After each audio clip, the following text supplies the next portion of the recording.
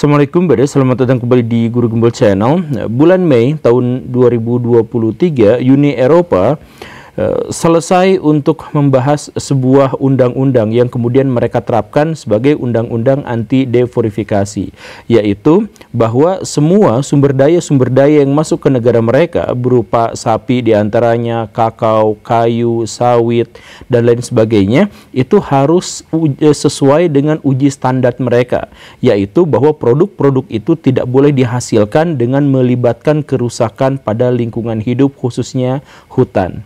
Nah, karena itu maka Uni Eropa kemudian melarang produk-produk Indonesia yang tadi masuk ke dalam kategori diantaranya adalah sawit untuk masuk ke Eropa. Alasannya adalah karena produk-produk Indonesia diantaranya sawit itu jelas-jelas telah merusak alam, telah melakukan deforestifikasi, yaitu telah menghancurkan hutan untuk kemudian ditanami sawit. Nah, menanggapi masalah ini, ada banyak sekali akademisi-akademisi, pejabat-pejabat di Indonesia yang komplain keras pada Uni Eropa. Banyak di antara mereka yang mengatakan bahwa Uni Eropa diskriminatif, karena bagaimanapun telah menghancurkan salah satu bisnis yang paling menjanjikan di Indonesia, yang telah memberikan devisa yang sangat luar biasa terhadap Indonesia. Satu di antara sekian banyak pejabat yang saya maksud itu adalah Pak Luhut Binsar Panjaitan, yang segera menyatakan bahwa sawit di Indonesia itu merusak lingkungan atau deforestifikasi hutan, itu adalah hoax, itu tidak benar gitu. Itu pernyataannya. Dan yang lebih mengesalkan dari itu semua adalah Kominfo kemudian mengeluarkan sebuah pernyataan bahwa jika ada orang yang menuduh atau pihak yang mengatakan bahwa sawit di Indonesia itu hasil dari deforestifikasi, maka itu hoax, itu bohong gitu. Itu kata Kominfo. Jadi mereka itu kan biasanya mereka itu memverifikasi berita-berita yang beredar di masyarakat gitu ya. Nah, berita ini kemudian dikatakan bohong oleh Kominfo.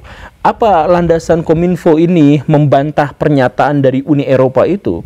Ternyata sumber yang kemudian diambil oleh Kominfo itu adalah pernyataan Pak Luhut Binsar Panjaitan tadi, yang mengatakan bahwa sawit di Indonesia tidak merusak lingkungan, sawit di Indonesia tidak mendeforestifikasi, bahkan Indonesia adalah penyerap karbon dioksida terbesar di Asia dan salah satu yang terbesar di seluruh dunia. Itu pernyataannya adalah seperti itu, dan kemudian dikutip oleh Kominfo.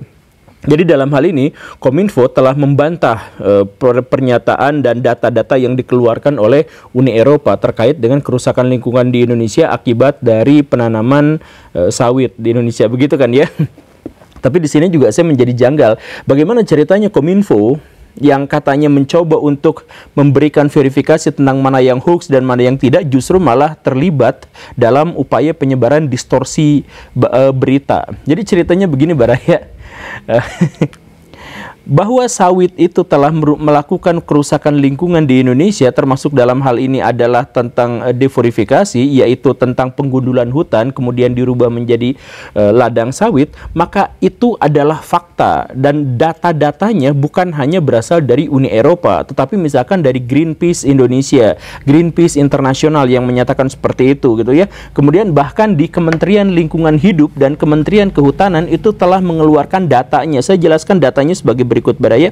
Tahun 1950 sampai 1985 sawit menyumbang 0,9% penggundulan hutan. 0,9%, sedikit sekali ya, tapi itu sebelum tahun 85. Kemudian periode 1985 sampai tahun 2000-an sawit menyumbang 5% dari perusakan hutan di Indonesia, dan akhirnya periode tahun 2000 sampai 2020 kerusakan hutan akibat dari sawit itu mencapai 14%, yaitu 15 juta hektar. Jadi 15 juta hektar hutan di Indonesia itu kemudian dihancurkan, diubah menjadi ladang sawit. Nah, ini kan data. Jadi saya heran kalau misalkan Kominfo mengatakan bahwa itu hoax, itu datanya dari mana? Dia berarti melawan data yang dikeluarkan oleh Uni Eropa, dikeluarkan oleh Greenpeace, dikeluarkan oleh Menteri Kehutanan, dikeluarkan oleh Menteri Lingkungan Hidup, dan kemudian sumber mereka untuk menyebut itu hoax itu apa? Tidak ada data, mereka tidak punya data, mereka hanya menyebut sumbernya adalah pernyataan dari Pak Luhut Binsar Panjaitan.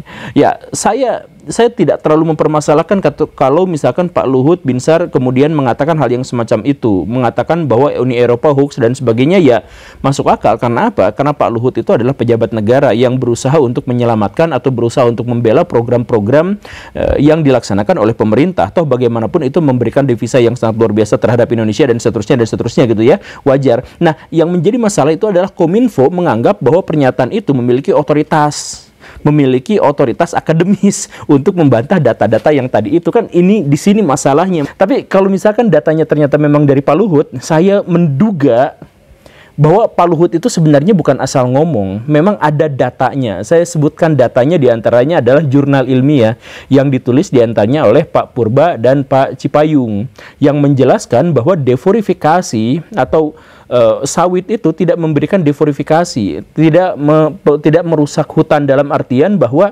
ketika hutan itu digantikan oleh sawit, maka sawit itu mengambil peranan yang juga pernah dilakukan oleh hutan-hutan di Indonesia, diantaranya adalah menyerap karbon. Jadi penyerapan karbon dioksida di Indonesia itu tidak berkurang dengan hilangnya hutan dirubah menjadi kebun sawit. Justru malah kebun sawit itu juga menyerap dalam jumlah yang sangat besar. Karena sawit kan memang daunnya lebar-lebar, besar, apa dengan segala rupa itu, yang kemudian mengambil sebuah kesimpulan bahwa sawit tidak deforestifikasi. Begitu, itu memang ada datanya, ada jurnalnya yang saya duga itu memang digunakan oleh Pak Luhut Binsar Panjaitan. Dari mana saya bisa menduga seperti itu? Ya, karena ini adalah penelitian ilmiah dan kemudian argumentasi yang digunakan oleh Pak Luhut Binsar Panjaitan itu serupa dengan jurnal ilmiah yang tadi saya sebutkan, yaitu menyangkut masalah atmosfer, menyangkut masalah serapan karbon dioksida. Kan sama ya, jadi Pak Luhut kan ketika ditegur atau ditonjok oleh pernyataan Uni Eropa bahwa sawit di Indonesia itu merusak lingkungan, itu Pak Luhut kan langsung argumentasinya itu adalah, oh tidak, bahwa bahkan kita adalah salah satu penyedot karbon dioksida terbesar di dunia atau di Asia gitu kan. Nah jadi argumentasinya itu adalah soal atmosfer, dan ini memang fokus dari penelitian yang dilakukan oleh Pak Cipayung dan Purba itu. Jadi dugaan saya sih arahnya ke sana gitu. Tetapi betapapun pernyataan dari Pak Luhut Binsar Panjaitan diduga berdasarkan penelitian ilmiah dalam jurnal ilmiah yang memang sudah dipublikasikan, tidak juga ada orang atau pihak yang berhak yang menyebutkan bahwa hal sebaliknya itu adalah hoax. Karena ini adalah diskusi di ranah akademis. Diskusi di ranah akademis itu adalah bahwa ini kan sudah ada datanya, ini sudah ada datanya. Yang membedakan kemudian biasanya dalam hal ini itu adalah interpretasi. Mari kita lihat interpretasinya. Kita masuk pada interpretasi ya. Jadi gini ceritanya. Pak Luhut mengatakan bahwa Indonesia adalah salah satu negara penyedot karbon dioksida terbesar di dunia. Begitu kan? Itu alasannya. Nah, tetapi pernyataan ini walaupun benar, itu sebenarnya tidak kontekstual, itu tidak sesuai, tidak relevan dengan kondisinya, kondisi di lapangan. Maksudnya apa? Maksudnya bahwa Indonesia menjadi negara yang menyerap karbon dioksida dalam jumlah yang sangat-sangat besar itu gara-gara lautan Indonesia yang sangat luas dan sangat dangkal. Sedemikian sehingga fitoplankton berkembang biak sangat bagus di Indonesia. Jadi lautan Indonesia itu menghasilkan sekitar 4 atau 5 kali lipat penyerapan karbon dioksida. Jadi masalahnya bukan di daratan. Jadi kalau misalkan di daratan mau hutannya berkurang, mau hutannya bertambah, mau ada sawit dan sebagainya, itu dampaknya kecil sekali, hanya 5-10%. Karena yang paling besarnya itu justru adalah di lautan dengan adanya fitoplankton yang hidup di daerah tropis dan dangkal dan luas, dan itulah lautan Indonesia. Dan lalu kita masuk lagi ke data setelah barusan kita berbicara di ranah interpretasi. Kita masuk ke data. Jadi baraya begini ya. Soal deforestifikasi atau penggundulan hutan atau perusakan hutan atau hal yang semacam itu tidak hanya berurusan dengan atmosfer. Masalah ekologis yang ada di sana itu jauh lebih pekat dan jauh lebih luas, lebih menyeluruh dari hanya sekedar atmosfer. Katakanlah memang benar ada penelitian yang menjelaskan bahwa kebun sawit itu menyedot karbon dioksida dalam jumlah yang sangat besar, katakanlah seperti itu. Tapi kan masalah deforestifikasi itu bukan hanya itu. Masalah deforestifikasi itu diantaranya juga berarti hilangnya habitat hewan-hewan yang ada di sana, sehingga diversifikasi tanaman dan hewan di sana akan sangat berkurang. Begitu kan? Kemudian ditambah lagi dengan adanya perkebunan yang dibudidayakan, artinya meniscayakan keberadaan insektisida, pestisida, dan pupuk kimia yang jelas meracuni tanah dan air yang ada di sana. Ditambah lagi cadangan air yang ada di sana. Nah, kan biasanya kalau hutan itu dia menyimpan cadangan air, tetapi kalau perkebunan khususnya di musim kemarau dia justru harus disirami. Jadi maksudnya adalah yang biasanya hutan itu menjaga cadangan air dalam jumlah yang memadai, sekarang justru sebaliknya, si tanah yang sangat luas untuk perkebunan itu justru membutuhkan air yang banyak. Kemudian banyak juga penelitian-penelitian yang menjelaskan bahwa sejak hutan dirubah menjadi sawit, khususnya sawit muda, suhu di sana menjadi semakin tinggi, bahkan 2 derajat, 3 derajat lebih tinggi daripada seharusnya, karena masalah-masalah yang lebih kompleks di situ. Nah, jadi masalahnya bukan hanya sumber daya itu gitu. Bahkan Uni Eropa juga menjelaskan masalahnya bukan hanya itu, bukan hanya soal atmosfer, bukan hanya soal penyerapan karbon dioksida menghasilkan oksigen dan sebagainya, bukan masalah itu saja, tetapi korupsi misalkan. Tetapi misalkan yang lain adalah bahwa di situ banyak pengusaha-pengusaha yang melakukan intimidasi dan kekerasan terhadap rakyat karena rebutan lahan. Di situ penuh dengan mafia-mafia tanah. Di situ banyak tenaga kerja anak di bawah umur dan lain sebagainya. Jadi masalahnya kompleks, bukan hanya ada pernyataan ini kemudian dibantah sama Pak Luhut gara-gara masalah atmosfer gitu, dan kemudian itu dijadikan referensi oleh Kominfo. Kan nggak aneh, ini sepenuhnya sih aneh. Misalkan contohnya gini lah Baraya ya. Kalau misalkan Baraya tinggal di Jawa atau Baraya tinggal di perkotaan lah, katakanlah seperti itu, Baraya kemudian tidak mendapatkan keadilan, apa yang bisa Baraya lakukan? Viralkan, gitu kan? Ya, itu kita sudah mengetahui itulah. Tapi kalau misalkan Baraya hidup di Kalimantan, di tengah-tengah perkebunan, Baraya ada di Papua, di tengah-tengah perkebunan sawit yang sekarang sedang dibudidayakan, atau di Sumatera dan sebagainya, viral-viralan itu gak akan bisa berlaku atau susah sekali untuk berlaku. Baraya pernah nggak lihat yang viral yang membela keadilan itu adalah di tempat pertambangan gitu atau tempat perkebunan sawit? Itu susah sekali. Jadi di sana penuh dengan kekerasan, bahkan mungkin ada kematian yang soal rebutan lahan, serobot-serobotan, pengusaha besar kemudian mengintimidasi rakyat kecil dan sebagainya.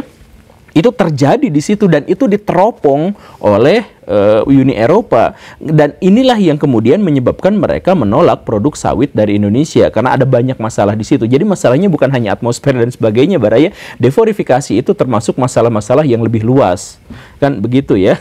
Nah, tapi kan pajaknya gede, ya pajaknya gede Baraya. Jadi pendapatan pajak apa segala rupa dari sawit itu adalah sekitar 600 triliun. Nah, inilah mungkin sumber alasan kenapa orang Indonesia itu benar-benar mencoba untuk menyangkal pernyataan-pernyataan dari Uni Eropa, karena sawit di Indonesia itu menghasilkan uang yang sangat-sangat besar.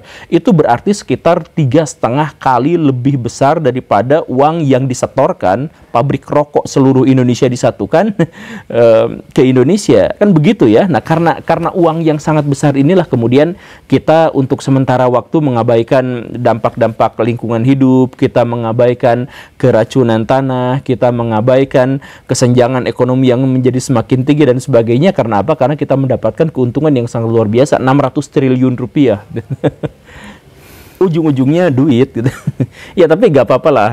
Ini juga sebenarnya menjadi, kalau misalkan kita perdalam analisisnya, ini lebih besar lagi. Misalkan pajak sawit itu ada kemungkinan setengahnya diantaranya bocor atau apa segala rupa, memang masih banyak. Tapi saya tidak akan perpanjang cerita ini.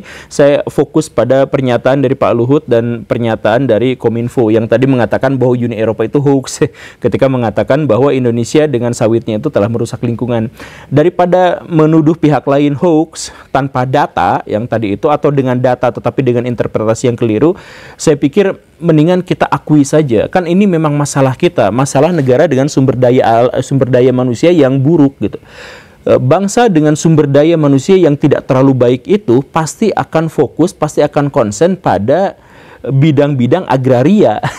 Kenapa seperti itu? Karena mereka tergantung pada alam dengan sedikit teknologi yang diterapkan di sana. Beda kalau misalkan kita bikin mobil, kita bikin motor, itu kan 80%, 90% itu hasilnya itu dihasilkan oleh alam pikiran, kreativitas manusia. Sedangkan kalau agraria itu kan sebagian besarnya diserahkan kepada alam. Jadi ditanam di situ, ya udah kita tungguin, kita cuma rawat doang gitu kan. Nah, karena itu maka sektor pertanian atau sektor agraria itu adalah yang sangat diandalkan untuk masyarakat yang terbatas, sumber daya manusianya jumlahnya sangat terbatas, yang pinter-pinter, yang berkualitasnya itu gitu. Nah, mendingan kita akui saja itu, kita akui bahwa misalkan sawit kita itu kotor, sawit kita itu dipenuhi oleh orang-orang yang kotor, dan di sana ada banyak sekali masalah-masalah. Kita akui saja di situ. Kita akui bahwa negara ini sekarang memang sedang membutuhkan uang untuk meningkatkan harkat martabat manusia, orang-orang yang ada di sini, penduduk-penduduknya, dan karena itu sebagai kompensasi karena keterbatasan akal kita, keterbatasan sumber daya manusia kita, maka kita harus mendapatkan alat untuk memenuhi kesejahteraan manusia yang tadi itu dengan cara-cara yang kotor. Kita akui saja minyak kita kotor, daripada kan nuduh pihak lain melakukan hoax gitu kan, padahal nggak hoax, emang bener sawit itu memang merusak alam kan, bagaimanapun harus kita akui. Ya sawit kalau 1-2 dan tumbuh di alam ya nggak merusak alam, tetapi ketika dia menjadi perkebunan sampai jutaan hektar ya itu merusak alam kan. Ya akui saja. Kenapa seperti itu? Ya karena kita memang masih negara yang berkembang. Dan ya kemudian muncul lagi satu yang janggal kemarin itu, bulan lalu atau 2 bulan yang lalu gitu. Pak Luhut Binsar Panjaitan kemudian mengatakan bahwa di Indonesia itu ada sekitar 33 juta hektar perkebunan sawit yang ilegal, yang sebenarnya itu tuh hutan, itu hutan beneran tidak boleh diapa-apakan, tetapi malah dirubah menjadi perkebunan sawit. Jumlahnya 3,3 juta. Yang lebih mirisnya lagi adalah Pak Luhut pada waktu itu mengatakan bahwa kami akan putihkan. Maksudnya kami akan berikan mereka izin agar mereka bisa mengelola dan kemudian memberikan pajak dan kompensasi kepada Indonesia, kepada negara gitu. Jadi saya pikir ini logikanya kan, kata Pak Luhut itu adalah ya logikanya kan ada 3,3 juta hektar sawit. Nah kan nggak mungkin dicabutin lagi hanya gara-gara itu ilegal, kemudian kita cabutin, kita tanamin lagi hutan di situ, kan nggak mungkin. Daripada seperti itu, mendingan itu dipakai aja, dilegalkan saja, kemudian pajaknya diambil. Saya mohon maaf ya, tapi logika saya beda. Logika saya itu adalah ketika ada orang-orang yang melakukan tindakan ilegal, maka dia kriminal. Apalagi demi mendapatkan keuntungan dirinya sendiri gitu. Itu bisa dikatakan sebagai pencurian, kan begitu. Hutan seharusnya untuk hutan, seharusnya menjadi cadangan air buat masyarakat, seharusnya begini dan begitu. Kemudian diambil menjadi perkebunan sawit untuk kepentingan satu orang atau beberapa pihak saja. Itu kan berarti kejahatan. Nah, jadi kalau misalkan mau itu tangkapin dulu orang-orang yang seperti itu, jebloskan dulu ke penjara, kemudian si lahan yang dimaksud karena sudah tidak lagi bisa dirubah jadi hutan dalam waktu dekat, ambil alih sama negara. Kan mendingan gitu. Kenapa justru malah udah ada orang ilegal yang nanamin di situ sawit, kemudian ya udah dilegalkan saja karena sudah tanggung gitu. Akhirnya mereka ya biasa aja gitu. Ya kalau gitu mah itu menyuburkan pencurian. Pencurian di mana-mana, lakukan aja pencurian. Nanti kalau udah tanggung dicuri ya dilegalkan saja, kan nggak bisa gitu logikanya, Baraya. Ya tapi ya sudahlah, ini memang saya percaya bahwa pemimpin-pemimpin kita itu setiap mengambil keputusan diambil dari sebuah dilema. Saya percaya itu. Tetapi mendingan akui kalau misalkan kita tidak mampu membuat industri yang ramah lingkungan, kita tidak mampu membuat perkebunan yang ramah lingkungan, daripada nuding orang lain bikin hoax, bikin apa, ya udah akui saja ternyata kita masih seperti ini, sehingga kita ke depannya bisa memperbaiki diri. Nggak apa-apalah, demi kesejahteraan rakyat sementara kita rusak alam dulu aja sementara ini, sambil nanti kalau misalkan sumber daya manusia di Indonesia itu sudah dapat kesejahteraan, kemudian sudah dapat pendidikan yang layak, mungkin mereka akan menemukan solusi di masa depan agar kita tidak lagi seperti ini. Kan mendingan seperti itu gitu, solutif gitu, daripada nyalahin pihak lain. Oke, Baraya, itu saja ya. Saya mohon maaf banyak beli beban karena saya jadi agak kesal gitu, tapi gak bisa ngomong apa-apa. Terima kasih karena sudah menyimak. Saya Guru Gembul. Assalamualaikum warahmatullahi wabarakatuh.